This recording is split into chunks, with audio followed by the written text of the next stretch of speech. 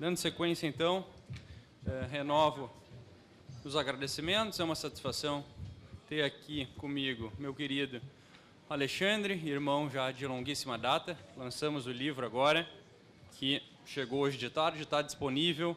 Precisamos falar sobre direito, literatura e psicanálise, Empório do Direito. Também uma alegria muito grande reencontrar João Maurício, não via desde São Paulo, lá com aquele alemão maluco, nosso amigo. Né? Satisfação tê-lo aqui conosco representando a FDV. Dispensam as duas personalidades apresentações, de maneira que eu rompo e pulo o protocolo que chegou tardio. Começamos com nosso querido e prestigiado João Maurício.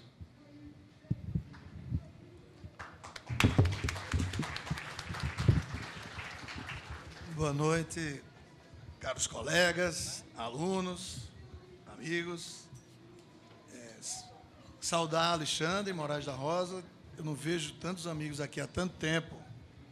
E também o nosso presidente, André Caran, que é um dos grandes responsáveis por esse evento aqui na FDV. E essa musiquinha? É sua banda, não é sua banda? Não, muito careta. É interferência? É lá fora. Ah, tá. Não, nenhum problema, nenhum problema. O Alexandre já sabia, foi por isso que ele deixou você começar. É sabido todo. Não tem problema. Então, pessoal, vou ser breve e disciplinado, como sempre. Veja, toda opinião sobre qualquer assunto, mesmo que o próprio emissor não tenha consciência disso, está ancorada em uma visão sobre ética e uma visão sobre conhecimento. Não é à toa que os filósofos sempre consideraram que a filosofia teria que se haver com esses dois setores, vamos dizer assim. E toda ética e todo conhecimento, se é que há uma diferença entre eles, que alguns também negam, estão ancorados em uma filosofia, né? Ancilla scientiorum. E toda filosofia está ancorada em uma antropologia, uma concepção sobre a natureza humana. E mesmo negar que haja uma natureza humana é aderir a certo tipo de antropologia. Então, além das questões antropológicas sobre o conhecimento, uma grande questão antropológica ética tem sido a seguinte: a situação original do ser humano é naturalmente boa e a sociedade o perverte, ou a situação original do ser humano é naturalmente má e a sociedade o melhora? Essa questão é muito antiga, relativamente, e aí temos o confronto das antropologias de Rousseau e Hobbes, respectivamente. Eu, particularmente, como cultor do direito, né, estudante de direito, prefiro Hobbes, porque eu acredito mais em instituições do que em seres humanos. Só instituições sólidas podem frear essa ânsia humana pelo poder. É por isso que, pelo menos em minha opinião, o poder precisa ser fragmentado e temporalizado ao máximo. A política não pode ser uma profissão. Isso é a minha utopia. E nem síndico de prédio deveria poder ser reeleito. A reeleição deveria ser banida de todos os postos. O poder tem que ser um fardo, não pode ser um prazer. Ele só pode trazer coisas chatas para o seu detentor. E isso só se consegue com a sua pulverização. O problema do nosso país é que nós não conseguimos construir instituições. Isso não depende do tempo, porque há países tão jovens ou até mais jovens do que nós que conseguiram. Mas isso também me leva a um certo otimismo, que eu acho que, embora o Brasil esteja há 500 anos afundado com o pé na lama, é possível, em 20, 30 anos, recuperá-lo. A minha geração e as anteriores fracassamos. A de vocês, jovens, eu espero que melhore. Vamos fazer uma breve digressão histórica antes de entrar no meu ponto, que é a censura e a intolerância. Veja, 1822, o primeiro rompimento com a instituição foi a proclamação da independência por um príncipe português regente pela coroa de Portugal. Depois, em 1889, nós tivemos uma proclamação da República sob uma suposta liderança do Marechal Deodoro da Fonseca, com o imperador Dom Pedro II sendo não institucionalmente deposto por militares e banido do país. Em 1891, Deodoro renuncia ao cargo de presidente. A Constituição mandava que fossem realizadas novas eleições em caso de renúncia. Mas o vice, Floriano Peixoto, o Marechal de Ferro, não entregou o cargo e governou até 1894. Daí, em 1930, Getúlio Vargas foi derrotado na eleição a presidente por Washington Luiz. Mas Getúlio e o seu grupo fazem com que os militares deponham o presidente e ele assume como ditador, prometendo eleições. Em 1917, novamente com apoio militar, Getúlio dá novo golpe e suspende as eleições, que já havia marcado. O golpe dentro do golpe. Parecido com o que houve na ditadura militar. Começa o que ele chamou de Estado Novo. Em 1945, os militares depõem o ditador Getúlio, o qual, mais uma vez, havia marcado eleições para escolher seu sucessor. Mesmo com as eleições marcadas para dezembro, os militares depuseram Getúlio em outubro. Não puderam nem esperar pelo resultado institucional, pelo tempo institucional. Aí foi eleito Eurico Dutra. Mas lá em 55, o presidente eleito Café Filho tem um infarto, assume Carlos Luz, o novo presidente resolve demitir o ministro da Guerra, o general Henrique Lott, e por isso, poucas horas depois, foi deposto pelos militares. O Congresso Nacional, sempre o Congresso lagartixa, ratificou esse ato contra as instituições, colocou na presidente da República o presidente do Senado, Nereu Ramos. Café Filho se recuperou da doença, tentou reassumir, mas foi impeachado, pressionado pelos militares. Então, pelas regras eleitorais, foram eleitos Jânio Quadros, presidente, João Goulart, vice, adversários em partidos rivais. Jânio renuncia, blefando. João Goulart, os militares não permitem que o Goulart assuma. Aí o Congresso vota uma emenda parlamentarista casuística para que, com poderes extremamente diminuídos, Goulart possa assumir. Depois, vocês sabem a história. Os militares depõem Goulart, comandados por Humberto Castelo Branco, que prometeu as eleições para logo, e essas eleições nunca vieram. Em 68, Costa e Silva baixa o ato número 5, fecha o Congresso e dá outro golpe dentro do golpe. Nem instituições não institucionais são respeitadas. Costa e Silva tem um acidente vascular e os ministros militares impedem que o vice-presidente, institucionalmente, Pedro Aleixo, assuma. Inventam uma junta militar, conhecida como os Três Patetas, e os três passam a governar. Em 85, já estou chegando no fim, apesar do clamor pelas eleições diretas, os militares só aceitam entregar o poder pela via indireta. E Tancredo Neves vence Paulo Maluf, mas morre antes de assumir, e assume seu vice, José Sarney, depois de muita indecisão. Veja bem, turma, a minha esperança na democracia, primeiro é que a gente não pode colocar a culpa em ninguém, a não ser em nós mesmos. Você pode falar que não somos esclarecidos, que não sabemos votar, como o nosso grande filósofo Pelé já falou há muito tempo. E depois, a democracia é como casamento, sabe, turma? Ruim com ela, pior sem ela. É a primeira semelhança. A segunda é, exige tempo, paciência, né? Construção diária, para ela ir se aperfeiçoando. Se você tiver impaciência, aí você não continua nem uma coisa, nem outra. Nesse contexto, a censura sempre foi a única instituição que perdurava ao longo do tempo. Embora nem ela possa ser chamada de institucional, porque variava segundo o sabor casuístico. Então, nós tivemos esse regime militar, que é o nosso tempo, um dos frutos da renúncia de Jânio,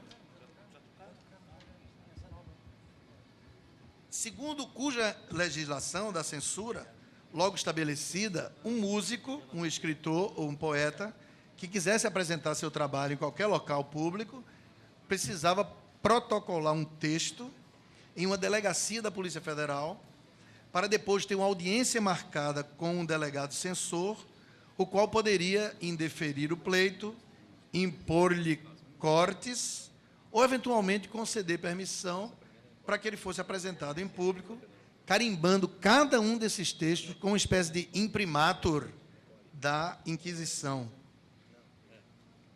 Ainda que esteticamente muito mais feio do que os imprimaturs que a gente vê nos museus europeus. Então, cada autor, por mais desconhecido, adquiria uma espécie de ethos de bom ou mal para o regime e se tornava benquisto ou maldito diante das autoridades. E não se livrava mais dessa pecha. Outros censores mais abaixo na hierarquia, em relação a esse delegado, que a gente chamava de meganhas, né?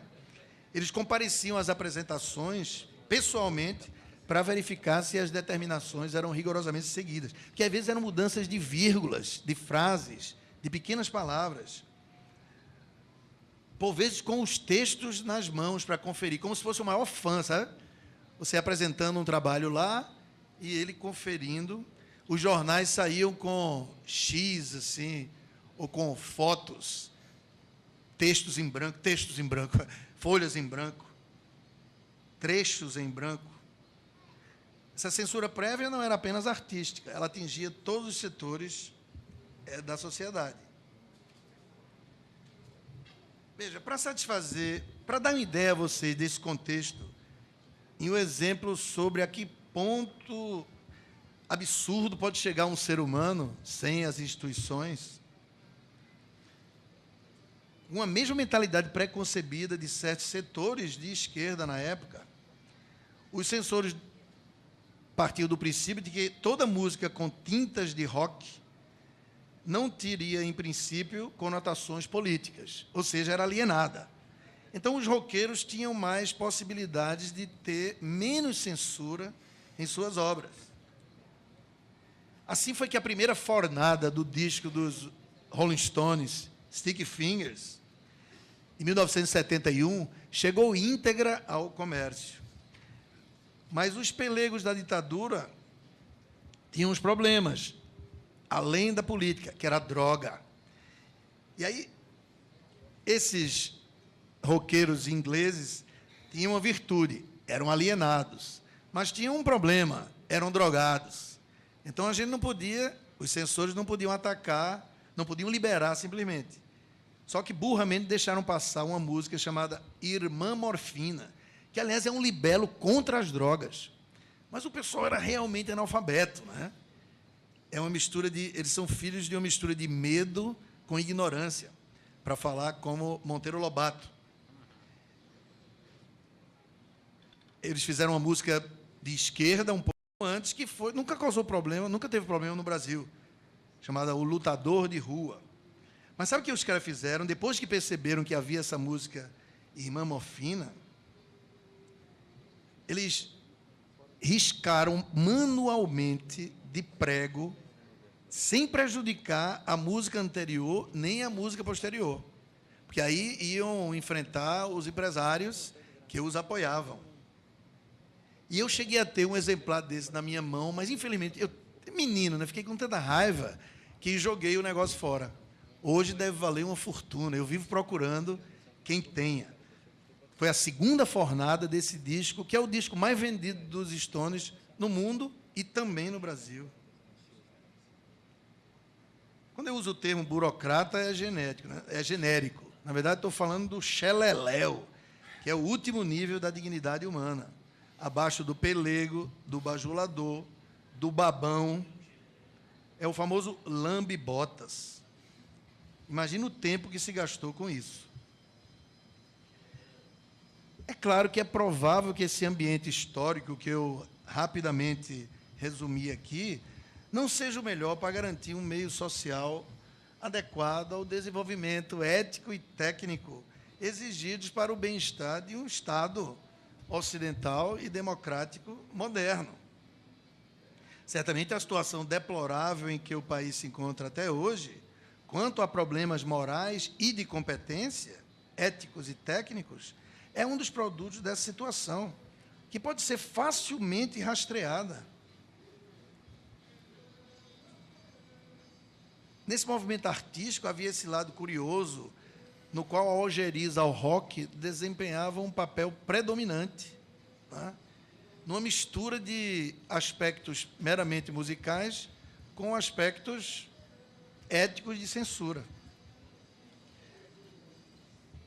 Concluindo, turma, para não atrapalhar a audição de vocês, da banda, nós estamos falando de música também. Não, mas está no plano. Eu não estou parando por causa disso, é porque a gente quer ouvir Alexandre. Quando Alexandre for falar, eles vão parar, já está tudo combinado, né? Aí ele vai descer e ele vai tocar lá embaixo. Vocês já ouviram a banda dele? Tem um CD. Muito, muito bom. Obrigado, meu caro. Tem tempo aí, fica à vontade. Vejam, na minha ideia, a primeira solução para os nossos problemas na sociedade dos juristas mortos é nós criarmos, não vou falar de todas as instituições, o problema é geral, mas qual é o nosso papel? É criarmos instituições jurídicas. E o nosso papel como estudantes de direito é criarmos instituições de juristas, ou seja, é criarmos uma doutrina, né? O maior problema que eu vejo nessa situação atual, eu vi estava falando com os colegas há pouco, o ministro Marco Aurélio num programa chamado Roda Viva. Eu nunca vi um país no Brasil em que o ministro seja um artista. Ele parecia Mick Jagger naquele Saturday Night Live. Eu diria até que ele estava mais à vontade, entendeu? Rodando aquela cadeirinha, fazendo assim para trás. E, no fim, os jornalistas, a que cabe um papel, no meu entender, crítico, né? Duro, fiscalizador, eram apenas pelegos, lambe-botas. Não que ele não usa bota, ele usa um sapato maravilhoso de cromo alemão. Mas eram lambe-sapatos. Eu acredito que a falta de instituições leva à degradação de dois grandes setores da sociedade, o direito e o jornalismo. Pode ver que a primeira coisa que um ditador faz é perseguir, a começar por Platão, os juristas. Platão eram os juristas e os poetas. Nós não temos... Platão não tinha jornal, né? Os ditadores modernos perseguem os juristas e os jornalistas. Então, nós vivemos ainda fruto dessa perseguição. É por isso que o direito brasileiro, a doutrina brasileira é tão ruim e o jornalismo brasileiro é pior ainda, né? Em todos os setores. Você não vê um jornal, uma revista que preste, se você tem acesso crítico a outros veículos de comunicação. Então, nós não somos jornalistas, nós somos juristas. O que é que nos compete fazer? A doutrina é a vanguarda do direito, ela não é a retaguarda. Nós não temos que publicar livros dizendo assim decidem os egrégios ministros supremos e copiar decisões da internet. E o ministro do STJ, citado pelo meu querido Lênin Streck, não quero dizer o nome, mas todo mundo sabe porque ele já morreu, né? Dizer, olha, depois que eu assumi, eu nunca li ninguém, vocês que me leiam, porque eu tenho notório saber jurídico e reputação ilibada. O outro diz, a Constituição não diz nada, ela diz o que a gente diz que ela diz. O outro diz, com a minha experiência, eu olho e decido. Depois eu vou à lei e vou achar fatalmente qualquer coisa para fundamentar, e todo mundo vai achar que eu parti dessa lei. Pode ser até que outros juízes façam isso, mas só o juiz brasileiro tem a cara de pau de admitir, publicamente, colocar isso numa decisão. E veja que isso não é só em termos de ministros. Há também juízes singulares e tribunais regionais e estaduais que são exatamente do mesmo jeito. Claro que não, doutor Américo BD, na verdade, que fundamenta muito bem suas decisões. Há juízes e juízes, né, turma? A minha crítica é aos maus juízes.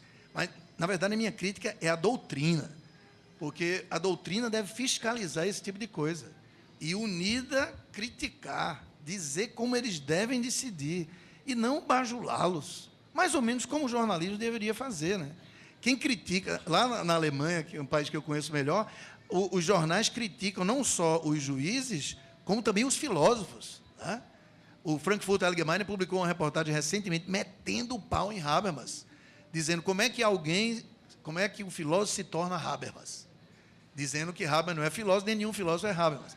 Habermas ficou possesso com o cara, que é o diretor lá, um dos jornalistas-chefe do Frankfurter Allgemeine, que é um jornal conservador, mas conservador não quer dizer bajulador, não é? Então, a minha defesa aqui, com a qual eu acho que muitos colegas concordam, é em prol de uma doutrina menos envergonhada, né? Uma doutrina corajosa. Quem entende direito somos nós, turma. Eles estão muito ocupados. Eventualmente, um juiz pode ser também um bom jurista, mas muito eventualmente, né? Sobretudo se ele está, como eles sempre dizem, assoberbado de processos. Mas quero repetir, meu BD, eu não estou invectivando contra os juízes, eu estou invectivando contra os doutrinadores, ou seja, contra nós mesmos, né? Contra essa postura envergonhada de fazer relatos descritivos da jurisprudência, inclusive enganando os incautos dos alunos, né? Publicando livros dessa grossura, que são cópias da internet. E quando fazem doutrina é aquele jeito, né? Transcrevem ipsis literis vários trechos de diferentes livros igualmente medíocres e, no fim, dizem a nossa opinião é a de número 16 ou 17. E assim estão tomando uma posição doutrinária. Vocês estão rindo porque vocês sabem que isso acontece. Vocês já viram um livro assim, não é? E quanto mais grosso, melhor. É isso, colegas. Sem censura e a favor da doutrina. Não nos autocensuremos, que é o pior tipo de censura. Obrigado pela atenção.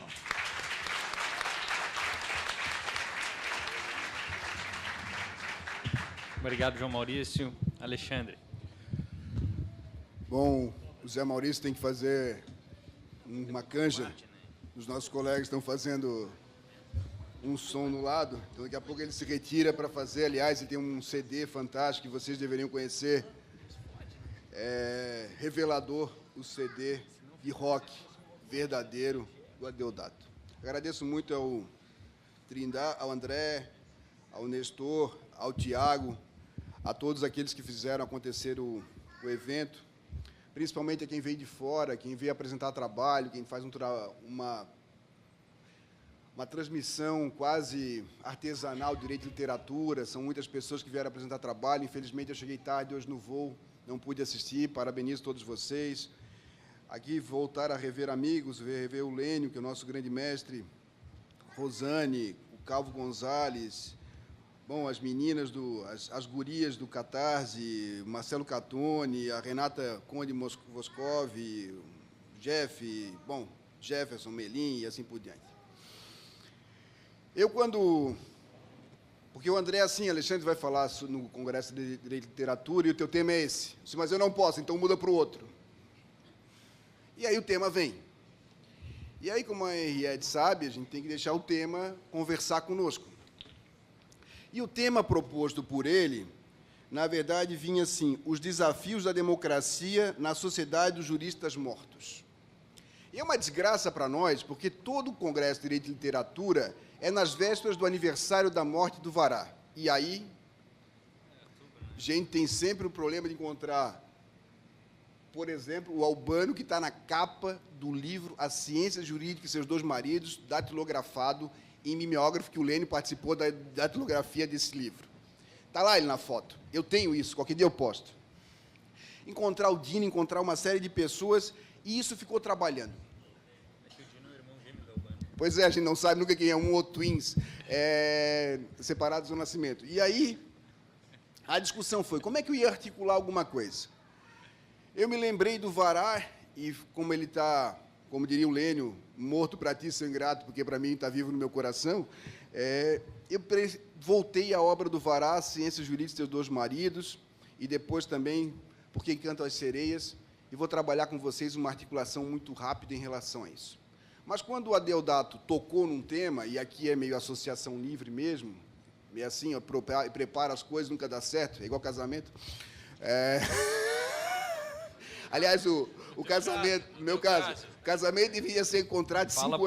Fala por ti. Fala por mim. Eu tô aqui com o João Marlise aqui. Eu criei, Não me complica. eu entrei no final, aliás, eu vou ler um pedacinho do Vará, que eu fiz uma discussão com ele que vale a pena contar para vocês, no finalzinho. E aí eu fui ao Vará, e a pergunta é, o Vará não tinha muitas ilusões em relação à democracia, mas o que o Adeodato falou é verdade. Hoje, em 2015, você vai na livraria e encontra o Eli Lopes Meireles. Você vai nas petições e está lá dito assim, conforme Eli Lopes Meireles, a lei 2015, para lá, Mayday, Houston, como é que pode alguém estar psicografando livros do Eli Lopes Meireles? Ele está comentando leis de pós-mortem. Então, não é uma fraude só da doutrina, é da editora também que faz essa fraude, porque o livro não está nem no nome dele, isso é uma marca vendida para a maioria dos incautos. E a marca Eli Lopes Meireles continua vendendo. Na verdade, é uma fraude que tem um nome em relação a isso. Eli, falando Eli. É o Eli. Cutucou. Olha o copo. Vamos lá, vamos benzer. No vídeo vai aparecer o espírito. No vídeo vai ter ectoplasmose, vai aparecer aqui. Então, na verdade, você tem uma fraude que é muito generalizada, e o que eu acho que nós poderíamos avançar nesse contexto é pensar algumas das categorias com o Vará. Uma delas é que ele sabia que o direito era artificial.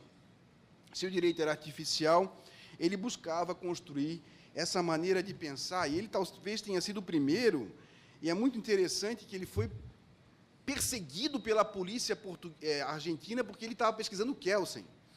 Então, mostra o grau de discernimento desses lambe-botas Brasil afora, que é similar ao momento que nós vivemos hoje no Brasil. E ele saía com uma frase no livro, Porque Encantam as Sereias, que era a seguinte, iludo-me, logo existo. Porque ele pensava, ele apontava já naquela época que nós juristas continuamos pensando democracia à margem da economia. E nós nos iludimos, nós ficamos brincando em relação às nossas escolhas, quando hoje nós temos um Congresso Nacional discutindo a lei de terrorismo, não é porque nós precisamos ter uma lei de terrorismo, porque se nós não fizermos, nós temos sanções econômicas no mercado internacional. A democracia transcendeu fronteiras, a democracia não é mais um encontro entre nossos parlamentares, democracia representativa significa uma nova maneira de perceber o mundo, e nisso nós não temos muito mais do que o Estado-nação, as clássicas modalidades da democracia nos apresentam. Nós precisamos pensar por outros lugares, e aí me parece que a Maria Valentina tem razão, tem que sair gritando mesmo, Maria Valentina. A lógica, portanto, do direito talvez seja repensar a matriz pelas quais nós construímos nosso mapa mental, e isso se dá a partir de uma lógica do direito único, coerente e completo. Vocês passam dificuldades, mas eu, às vezes, sou convidado para congresso de juízes. Vocês têm que conviver com juízes, eu tenho que ir, às vezes, em congresso de juízes. É desesperador. Eu tomo um engolve antes e um engolve depois. Porque eu tenho que, penso que, tenho para mim que, como diz o Lênio na coluna de ontem, de hoje, é alguma coisa o tempo inteiro. É como se nós tivéssemos, e aí a Renata, a Ruth, que aqui esteve presidindo a mesa, podem nos ajudar mais. Os juízes falam com legisladores, eles falam com normas. Eles ouvem a voz do legislador. É alguma coisa do delírio, porque eles conseguem ouvir o legislador.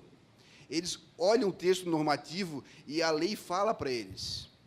Vocês já viram nos acordos, nas decisões, assim, a lei reza. É impressionante, eu sempre fico impressionado como é que a lei reza. Que ali é o sintoma, a lei reza, o código diz para ele, o código diz, é um delírio, Schreber está na moda. Schreber é aquele livro que nós precisaríamos ler, todos nós. Schreber tinha qual fantasia?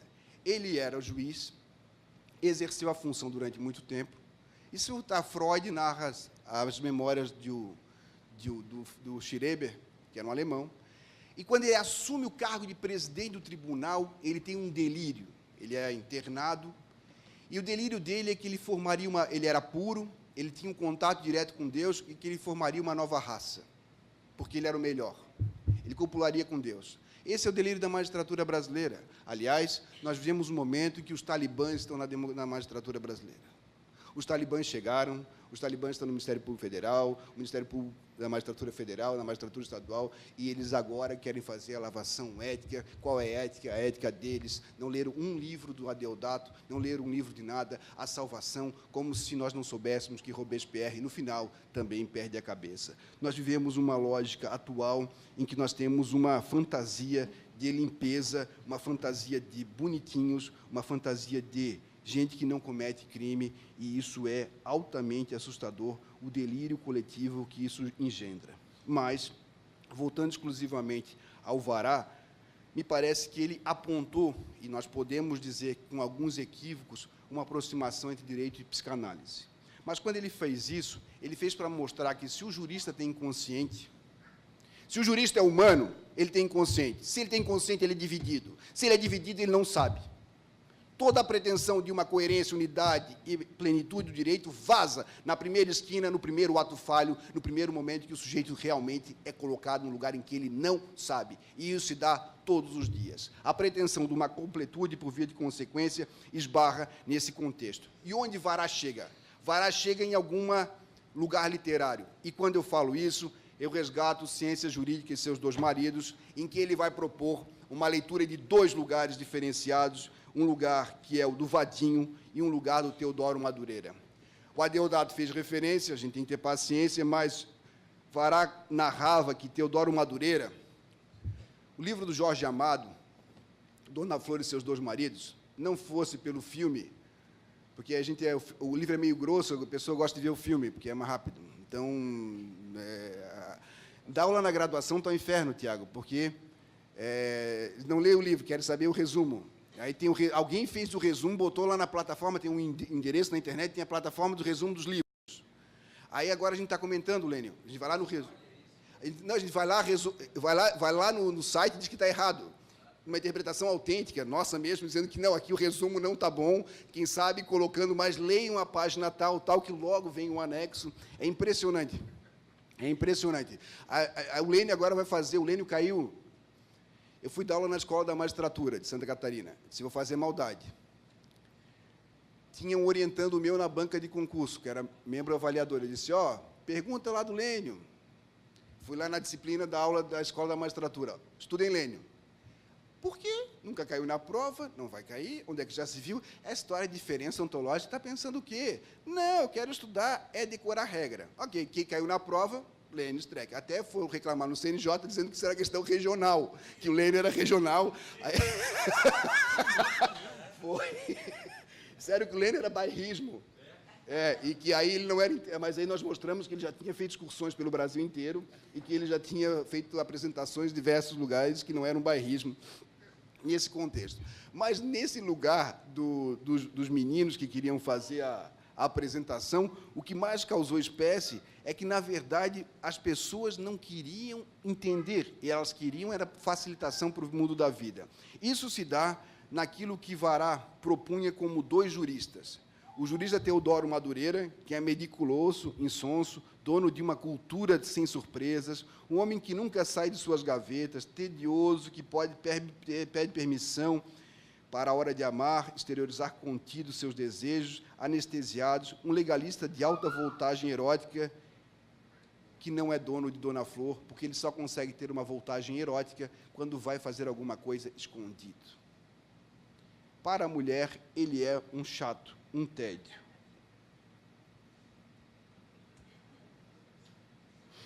Pede licença para amar.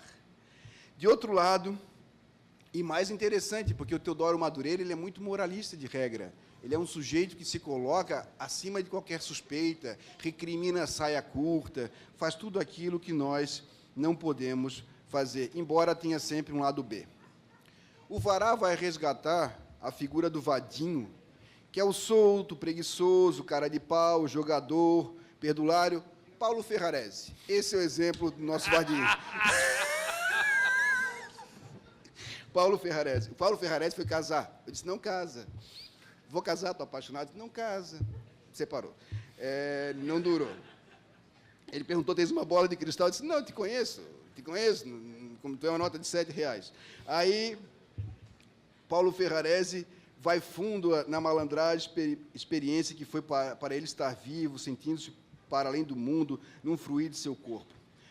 Vará diz mais, Vadinho, tudo pode ser misturado, ambíguo, ele é a rua, a responsabilidade, o provedor, os desejos, a fantasia, a malandragem, o jogo e a incerteza.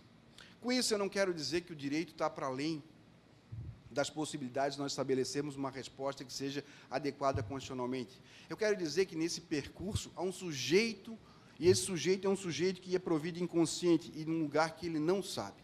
Ele não sabe. Ele não sabe o tempo inteiro, ele não sabe na interpretação, ele não sabe porque ele escolheu, ele não sabe porque ele fez direito, ele não sabe porque ele está na magistratura, ele não sabe porque ele está casado, ele não sabe porque ele não saiu ainda.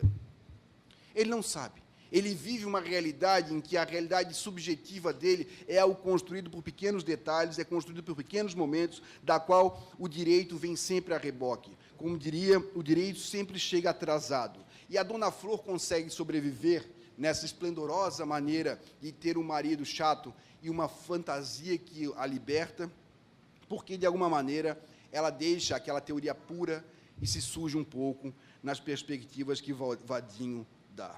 Se nós pudéssemos ainda explorar, do ponto de vista analítico, o que significa uma teoria pura do direito e o que significa uma pureza na educação das crianças, nós teríamos algumas possibilidades de discussão, das quais eu não tenho como ir aqui. Aquela mãe que cria o filho sempre na limpeza, tomando banho limpinho, 4 da ali tomando banho, esperando o sol, que é uma compulsão por limpeza, que a criança consegue segurar os esfíncter aos 6 meses, nós temos alguma coisa aí e depois rende no futuro um lugar. E daí, quando o direito tem como um grande autor uma teoria pura do direito, traz consigo um sintoma que poderia ser ouvido nesse lugar. Com isso, eu não quero dizer a vocês que nós não possamos ter um direito pensado a partir da modernidade. O que eu quero mostrar para vocês é que nós talvez tenhamos a possibilidade de entender com Vará, nesses locamentos matreiros, vagabundos, que ele fazia em relação a um autor brasileiro, novas possibilidades de diálogo. O que eu tenho feito com um grupo que tem trabalhado lá, Direito e Literatura, muito, que eu não tenho tempo, mas a gente vai discutindo quando dá. A gente tem trabalhado Pedro Juan Gutiérrez, que é um cubano, que escreveu a trilogia Suja de Havana, escreveu Animal Tropical, escreveu um texto que eu fiz uma homenagem ao Luiz Alberto Vará. Nesse lugar, a gente não tem pensado autores que são europeus, que pensam numa realidade diferenciada da nossa. Estamos pensando num cubano que vive uma realidade de exclusão, uma realidade de opressão, uma realidade em que nós não temos os delírios fantasiosos de um mundo europeu. Nesse lugar, nós pensamos em dialogar com ele e as agruras da leitura do direito e, fundamentalmente, do direito penal, porque ele sempre está no limite, sempre está na borda, sempre está transbordando. E, nesse lugar, nós vamos apontar aquilo que, rapidamente, eu trabalhei num textinho que eu fui falar agora no Peru, que seria uma leitura contextual. As coisas só acontecem num contexto, e eu posso buscar os contextos pelos quais ela acontece.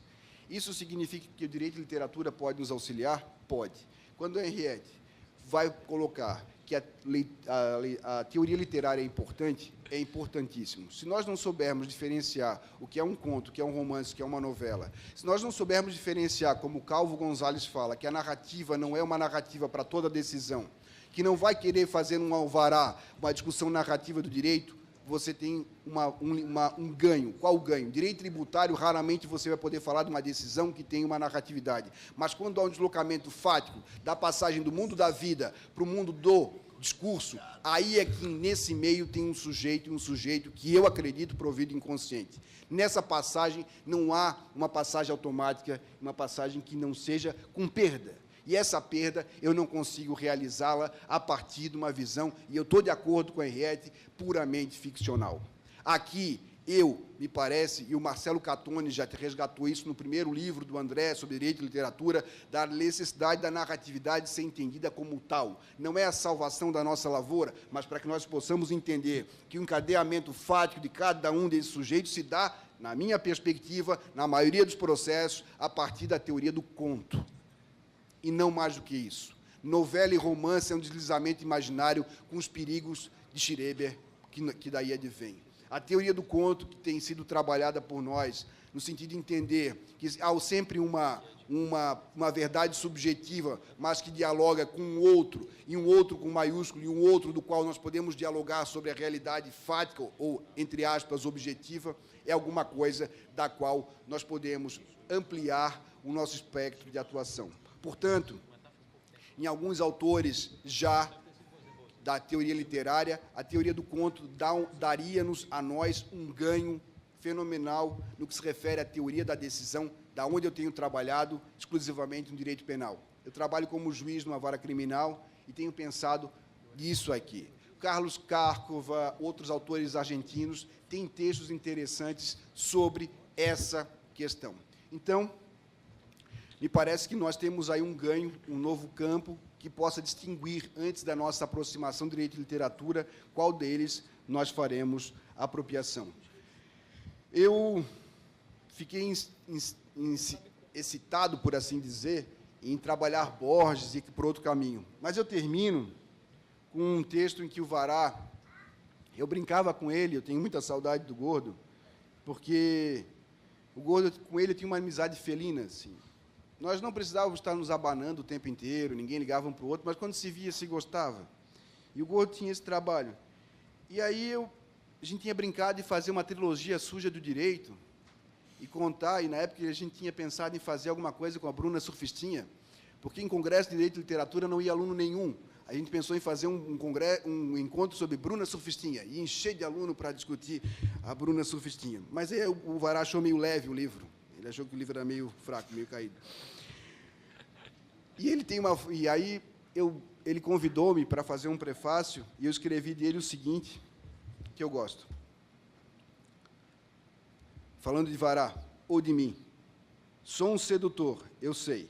Assim como existem os alcoólicos irrecuperáveis, os jogadores, os viciados em cafeína, em nicotina, em maconha, os cleptomaníacos. Aliás, o Luciano Huck descobriu hoje, postou uma foto que ele estava fumando maconha no Instagram dele, já pagou, em maconha, mas o Melim tem ali para quem quiser mandar.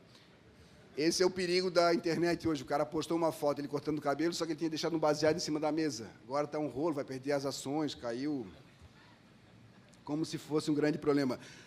A minha irmã mora na Espanha, e aí estava lá fumando maconha na casa dela, ela, né, não eu,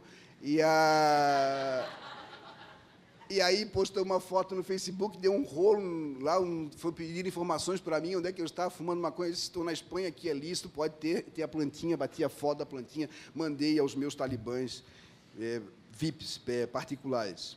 Daí que o Vará poderia ser, é viciado em nicotina, em maconha, os cleptomaníacos, etc. Sou um viciado em sedução. Às vezes o anjinho que tem dentro de mim tenta me controlar e diz assim, não seja tão filha da puta, Luizito. Não percebe que está fazendo essas mulheres sofrerem? Mas aí aparece o diabinho e contradiz. Vai em frente, elas ficam felizes assim, nem que seja só por um tempo. E você também fica feliz. Não se sinta culpado, é um vício. Sei que a sedução é um vício igual a outro qualquer. E não existe nenhum sedutores anônimos. Se existisse, talvez pudessem fazer algo por mim. Se bem que não tenho tanta certeza. Seguramente eu inventaria pretexto para não comparecer às suas sessões e ter que ficar lá na cara dura, na frente de todo mundo, botar a mão na Bíblia e dizer serenamente, meu nome é Luiz Alberto Vará, sou um sedutor e faz 27 dias que não seduzo ninguém. Esse é o nosso desespero de todos os dias no vício que nós temos em relação a isso. Talvez essa seja uma abertura que se possa ter numa literatura mais da nossa casa, que o direito e literatura, comandado pelo André e pelo Lênin Streck, fizeram muito bem em vários momentos. Para terminar, daquilo que eu tenho pesquisado, a gente tem feito um último ganho. A criminologia crítica busca por que as pessoas cometem crime. Tem uma discussão lombrosiana, tem uma discussão ideológica, mas tem uma nova possibilidade, e essa é muito legal. Sabe por que a gente comete crime? E hoje os caras pesquisam isso na criminologia cultural, porque a nossa vida é um tédio. É por isso que a gente estuda direito e literatura, porque o resto para nós é um tédio. Rosane? É assim.